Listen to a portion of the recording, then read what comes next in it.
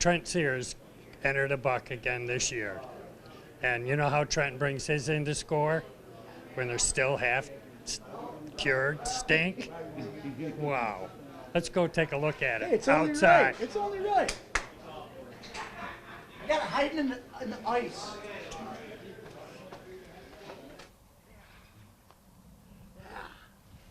Still got some steak on it, a little bit of meat. Want to take a whiff? No, thanks. There's my girl right there. What happened is I was on my way back from Lowe's, and you know that old railroad track right after 84 Lumber? Well, it ran across the road with a doe. And I said, that's heading right towards the scale master's house, Potter. Sure enough, it ran right down the road. So I jumped out of my truck, and it was still in the ditch. And if you know anything about eminent domain, the town owns from the center line to the ditch line. So I shot the son of a gun, laid it down there through the back of the truck, took her down to Potter's. He was yanking on udders the whole time. Woo!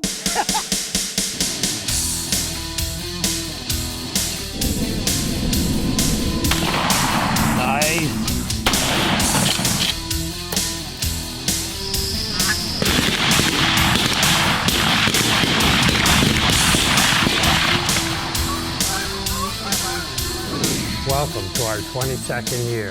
It was a great year in all divisions and a real close race for the Mahogany Ridge Buckmaster. Well, if you've all heard the story about the giant skinny Atlas buck, Hollywood, one of our members had been scouting him for years, and he had a crack at the 200-inch bruiser. Before we get to that, first let's hear some stories from our members. I hunted with the Port Buyer boys in Montezuma. Fred Dennis, Mike Coombs. Mike Coombs walked by this deer, bedded down in the swale. When this thing jumped up, I thought it was a coyote because I just heard rustling. He was 15 yards. I hip shot him twice. I see the holes blasting him. Then I shot him the third time. He went down. I go, damn, it's a tough buck. Well, I believe I shot him the last day of archery, and he just come walking through, so I shot him. And I seen a couple other deer, but he ended up being the one that was the closest shot for me, so I took him. Well, I was on about a week of vacation. I seen him every day that I was on vacation for hunting season, and I just couldn't get close enough to him, so I went old school, and I sat on the ground like a turkey hunter in a really thick area, and he walked about 15 feet from me, and I pulled the trigger. So, dropped him right there. Got really lucky. This is the itty-bitty one. Yeah, it was getting towards the end of the season, and haven't seen hardly anything. And this guy come walking through, and I said, well, you do what you do. Something's better than nothing. Yeah. Well, we're just hunting there out on our new property, opening day, and nice doe come out front, and the buck stopped right in back of the doe, and we shot him. I shot him. 2.5 weeks into the season. I hadn't seen him at all. Hunted almost every morning, and then one morning I took off to get the kids on the bus. I look outside while I'm drinking my coffee at the table, and there he is chasing a doe in the field. So I hurry up, grabbed the rifle, ran outside into the cornfield. I went and got on him about 240 yards and put the shot on him, and he ran about 40 yards, and that was it. Well, I was sitting in my uncle's stand. He didn't know I was there. And then I had a rough time getting in at the first place. And then when I was sitting there, I heard something behind me in the creek. I turned around, and there was this guy and a 4-point fighting. And it was my first deer with a bow, so it was tough not to shoot the 4-point when he came in first. I waited it out, and he stepped out behind the tree, and I shot him right in the neck, dropped in his tracks, and pretty excited after that. It was November 4th. I was hunting my own place, and I was just about to get down, literally the time to get down. I think I might have even unknocked an arrow, and I heard some movement. This guy came out. I only can hunt like every other weekend, so I'm not real picky. I was tickled to get the opportunity. He gave me like a 20-yard shot. I made it count, almost cut his heart in half.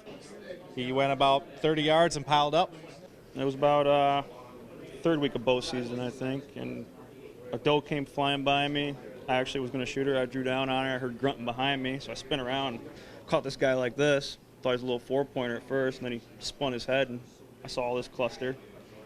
And I spun back around for him because I was facing the doe, and he seen me and just walked right to me. I shot him right underneath my tree stand. I was on my way to the stand, I don't know, probably about 3 o'clock in the afternoon. And what happened was I peeked up over this ridge and I seen feet probably about 30 yards away. So I immediately laid down, got in like a sniper position and trying to figure out what it was. And then he came out on the other side of a pine tree, and that was it. That was probably the quickest hunt I've ever had. A big shout out to Chris Jedra. After many years of harvesting just does, she got her first buck, a nice 5-pointer. This next story is about a father trying to teach his 12-year-old son some hunting ethics. All right, we got Billy Green and his son Troy here, and we might have a contender for the video of the year. Tell us a little bit about the hunt. Well, it was opening day of the deer season, archery season this year, and Troy's first year hunting, just turned 12. And we had a nice doe come up on us, and he wanted to shoot it, and I said, yeah, go ahead. He got ready to pull back on it, and I looked up and I saw a real nice buck come in. So I started getting a little shaky myself. Couldn't imagine what was going on in his head. And he walked down through probably about 20, 25 yards, and he was only shooting 15 yards at the time, so I wouldn't let him take the shot. And as the season went on, we didn't end up seeing that deer again. So it was a few days later, we had a spike horn come up on us, and he says, Dad, can I shoot that one? And I said, go ahead, buddy, that's a trophy all day long for you. And we stopped that one at about 10, 15 yards out. And I don't know what happened. The thing jumped the string or what, because he was on the money with it, just missed. What happened? Shot over its back. You'll have that. I heard Dad missed one too, though. Tell us about that. It was behind our house in our other tree stand, and he said it was at like 40 yards, thought it was 30, and he shot under it. So Dad's shooting 40 and only let you shoot 15? That doesn't sound fair. I know. All right, Billy, why won't you let Troy shoot over 15 yards? Well, it's his first year out there hunting, and I don't want him to take any crazy shots and try to wound anything. So I'm trying to teach him the patience and hope to see the deer again on another day. And that big buck had to come out and change the whole plan. Well, and then the big buck came out and on me, and my patience were shot at that moment. So it's easy to teach it. I could teach it, but I couldn't hold my own. I couldn't hold back myself. And that was a dandy. That was a real dandy behind my house this year. Oh boy, you ain't gonna believe this. Here's Trent with our next story. All right, here we go. John LaFleur has shot a great buck this year, I guess. Obviously, okay. You don't have it with you. I don't have the horns with me. I was that guy that left the horns at the slaughterhouse. Okay, so you're a lumberjack or a lumber guy, so you're really not that smart. That's understandable. Yeah. Okay, so tell us about what happened. With the kill. With the kill, Yeah. at least some new ground down south. Right. And I picked this deer out with the crossbow. Real nice, weird-looking rack, real thin rack, but pretty wide. Right. Just not a fancy deer, good call buck, and great big body deer. And I had a shot at him with a crossbow. I wasn't confident with the shot. It was thick. I was losing light, so I let him go. I went after him 3 more times after that. Couldn't catch up with him. And opening morning of the Southern Tier rifle season, I shot him at 7:30. Well, we know you're a born loser, then, all right? Stay with the Ducks, kid. Stay with the Ducks. All right, Pat. One of our surprising contenders is with Trent right now. Take it away, Trent. Come on, guys. Okay, this is serious business. Frank Spotlight Smith. Now, we know you... Hey. Somebody get him back. Okay. Now, Frank, give us a slow down on this. I was there when you weighed in. I know it was a big deer, but I just can't imagine you having the patience to shoot a deer of this caliber. Well, actually, it was roadkill. Well, you got to do what you got to do. No. He wandered out in the lot and chasing a doe. And I shot him. Beautiful. He's a real nice deer. Now, how far do you suppose he was? 200 yards. 200 yards. Really? with a bow, crossbow. No, nice. That's right. Is that over by where the Dietzel. on Dietzel? My old spot. Yeah. One of my old spots. Your stand. That's nice. Well, right, Bigness. So Bigness probably pushed it off to you. Yeah, yeah. Okay, good. He's good. Yeah. Congratulations. That's a real nice deer. I know it weighed like 170 or 80, right? What was it? 178. 178. What a deer, huh? Congratulations, Yeah. Spotlight. You still got it going on, brother, from all these years. Congrats. Yeah. Okay, Trent. Good job, Trent. Here's another story about cutting it real close. All right, Craig, nice buck you got there. Tell us a little bit about it. Well, it was November 15th. That snow was coming in. They had that big storm coming in Thursday night, I think it was. Well, my daughter had to go take her to get her ID done at 4 o'clock, so I was cutting it close. And I called my nephew Brandon, and I told him I got to go, and I got down out of the stand. I walked, 50 yards. Happened to turn around. He's coming along the hardwoods, and it thins out to the swamp. And I looked, and I couldn't really tell what it was. He was coming through the woods. He had to go underneath a pine tree, so I drew back, and when he popped up, it was a doe or a small buck. I let it go. I hit him back, well, way back, really. I gut shot him. And called my brother. I said, man, I hit a nice buck, but I don't know how good it was.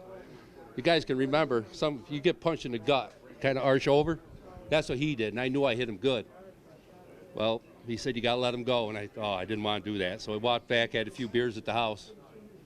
About 3 hours later, we all went back, got the four-wheeler, took a walk around the swamp, didn't find it. They all gave up. Kids are all leaving. I said, I can take it one more swing. I went a little wider off the pond, and I found him laying, 50, 60 yards off the pond in the thicket. I let a little holler, and it was a good time then. But You never wanted to give up on one, I know that. no, not when I knew how I hit it. I hit him good. It was just a matter of finding him. Sometimes you just have to bring in the dogs. Here's John with Chuck Tyler's story. It was a nice buck came in. First time I ever had a buck do a snort wheeze. Really? Yep, so I grunted a couple times, and it started working its way over to me, and got 30 yards out, broadside, and I midsection shot it in the stomach. So I let it set overnight, and then I called the dog retrievers. They took us on kind of a wild goose chase, but the little dog ended up finding it. That's awesome. So I like the paint job. Thanks. All I did was scrap up some spray cans off the shelf. I did base coated it white, taped off the antlers, and then I found the different colors and just kind of painted it up. I think it looks pretty cool. Yeah, came out good. What could have been. Just when you think you're a contender for the Buckmaster, something like this happens. It was a great hunt. End of the story is that somebody mistakenly took my horns from the butcher, so this is what I have to show for it. But the hunt itself was awesome. It was an afternoon watch, November 18th, snowy day. Caught movement, saw this deer coming about 50 yards out, and it walked straight to me, literally 6 yards. I'm just waiting for him to turn. I'm looking through my sight at his whole body. It was so big I couldn't do anything. I just waited for him to turn. He fortunately gave me a quartering away shot. Turned. I draw a shot. He didn't make it 50 yards. You can tell by the hole it was a pretty devastating hit. He didn't go far. He was dead on his feet. I want to believe that people in the world are good and they weren't intentionally taken. I think someone probably shot a similar deer, had it butchered, and when they picked up their meat, they grabbed the wrong set of horns. Ladies and gentlemen, your Mahogany Ridge Buckmaster could have been Jesse Carr. A lot of people have heard about it. So we've been chasing this deer the last 4 years. He was a double drop time buck.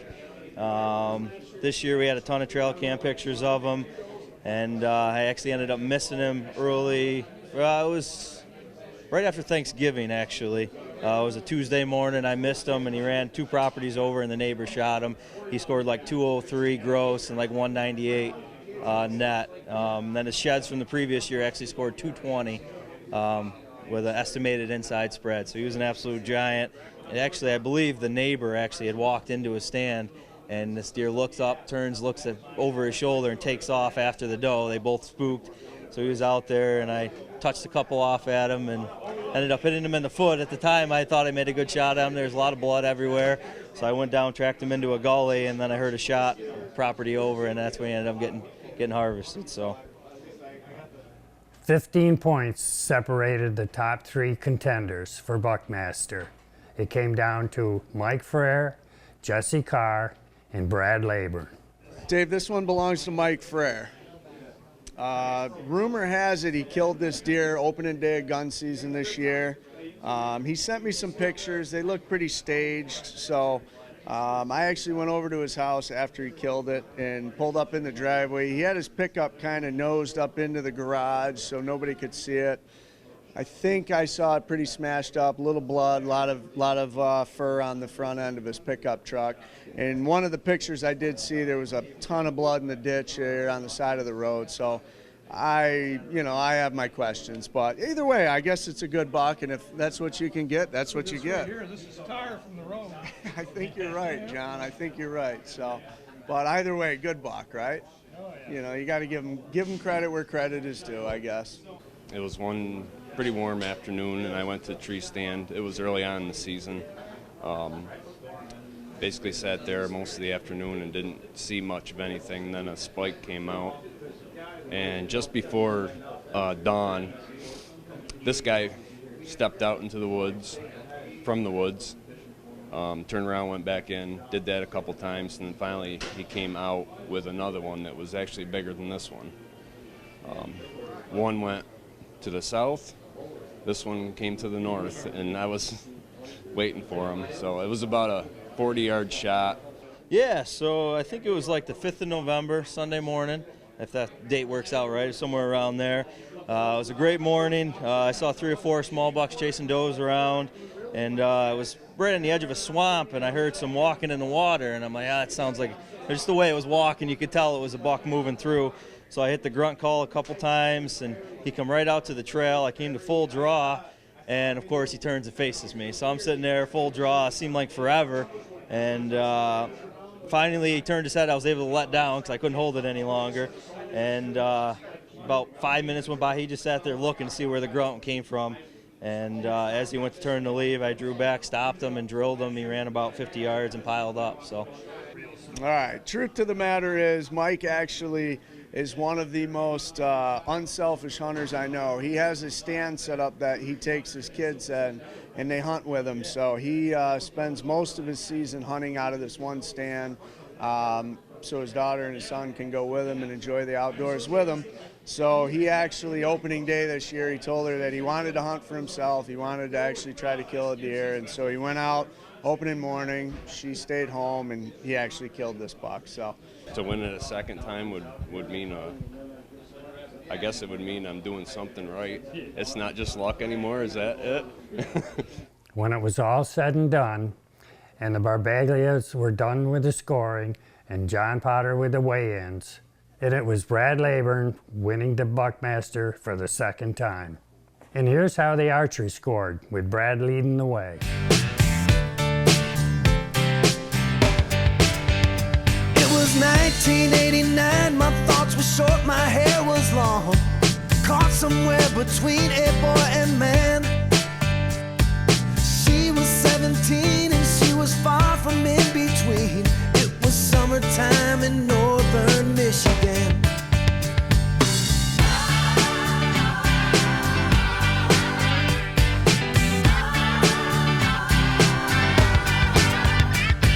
Splashing through the sandbar, talking by the campfire. It's the simple things in life, like when and where.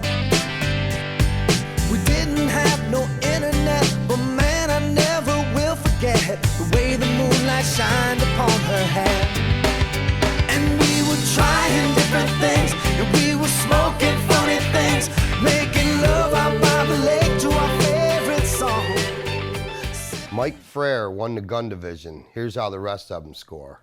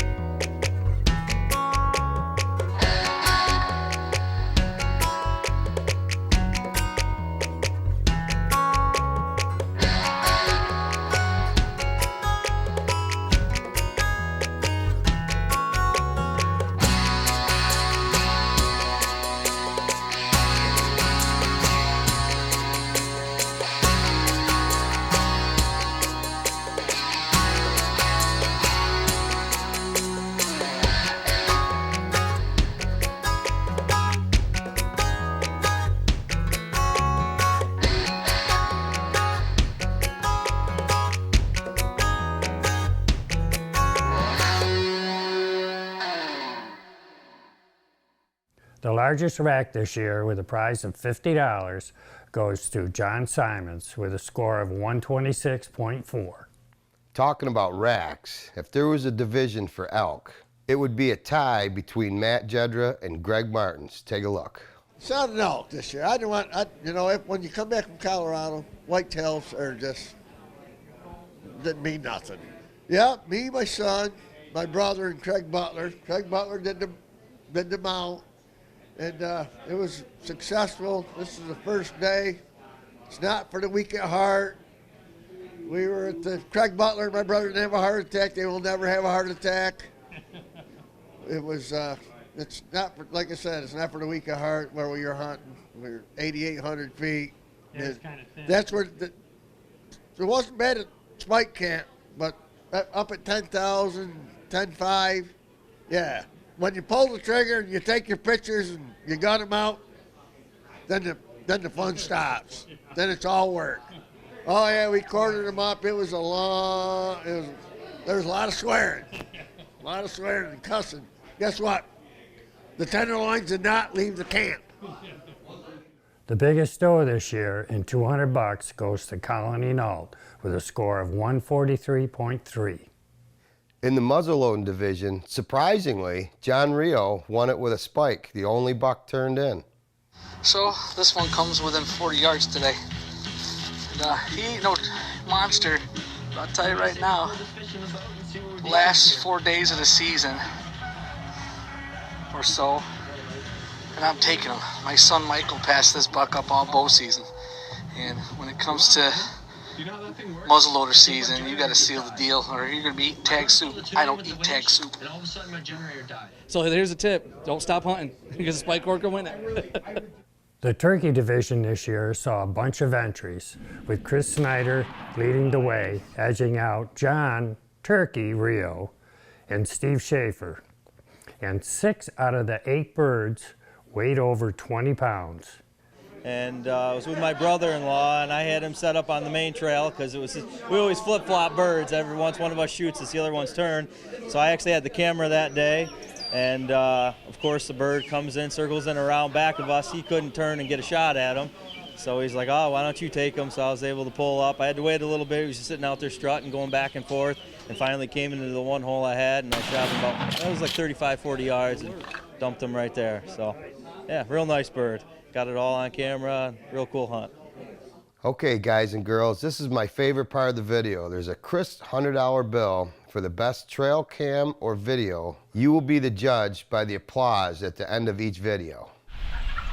Entry 1 is from Jesse Carr and his birds video. Check out this youth turkey hunt. That's some great footage, guys. Nice shooting. Nice. Good shooting, buddy. Here's Jesse filming a goose hunt.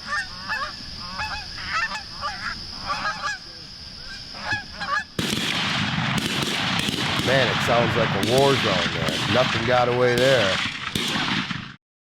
Entry 2 comes from Billy Green and his son Troy.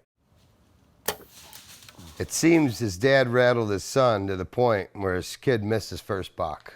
So dad's shooting 40 and only let you shoot 15? That doesn't sound fair. I know. Entry 3 also comes from Jesse Carr, who tracked this Hollywood Skinny Atlas buck for 5 years on his trail cams. Just amazing. When it comes down to killing this 200-plus giant, Jesse choked and shot it in the foot. Entry 4 is from Joey McBride in a youth turkey hunt. Great job. They didn't get a bird, but awesome video.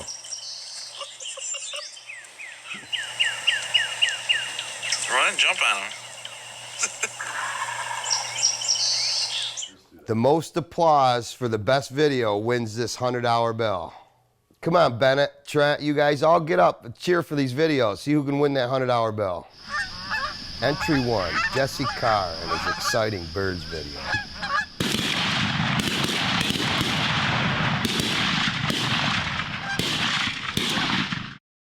Entry 2, Billy Green, who rattled his son Troy.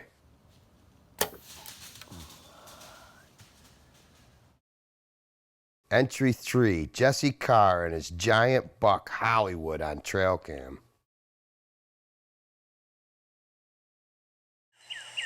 Entry 4, Joe McBride on this exciting youth turkey hunt. Good stuff, guys. We'll give the $100 bill away at the end of the video. 2018 was a great year, and if you want to be a committee member, please look me up. Until next year, safe hunting.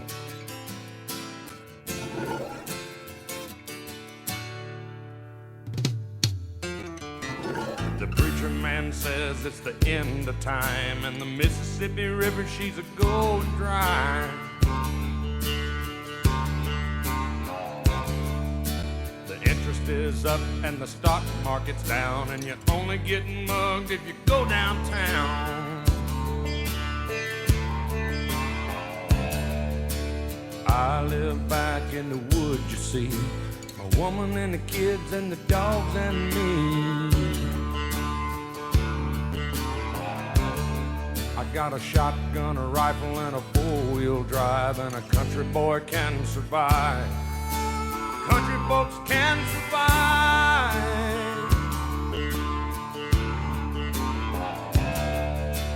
I can plow a field all day long. I can catch catfish from dusk till dawn. We make our own whiskey and our own smoke too. Ain't too many things these old boys can't do. We grow good old tomatoes and homemade wine, and country boy can survive. Country folks can survive. Because you can't starve us out and you can't make us run. Those when them old boys raised on shotgun. We say grace and we say ma'am. If you ain't into that, we don't give a damn. We came from the West Virginia coal mines and the Rocky Mountains and the western skies. And we can skin a buck, we can run a trot line, and a country boy can survive. Country folks can survive. I had a good friend in New York City.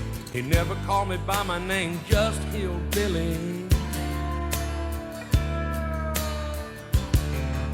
My grandpa taught me how to live off the land, and his taught him to be a businessman.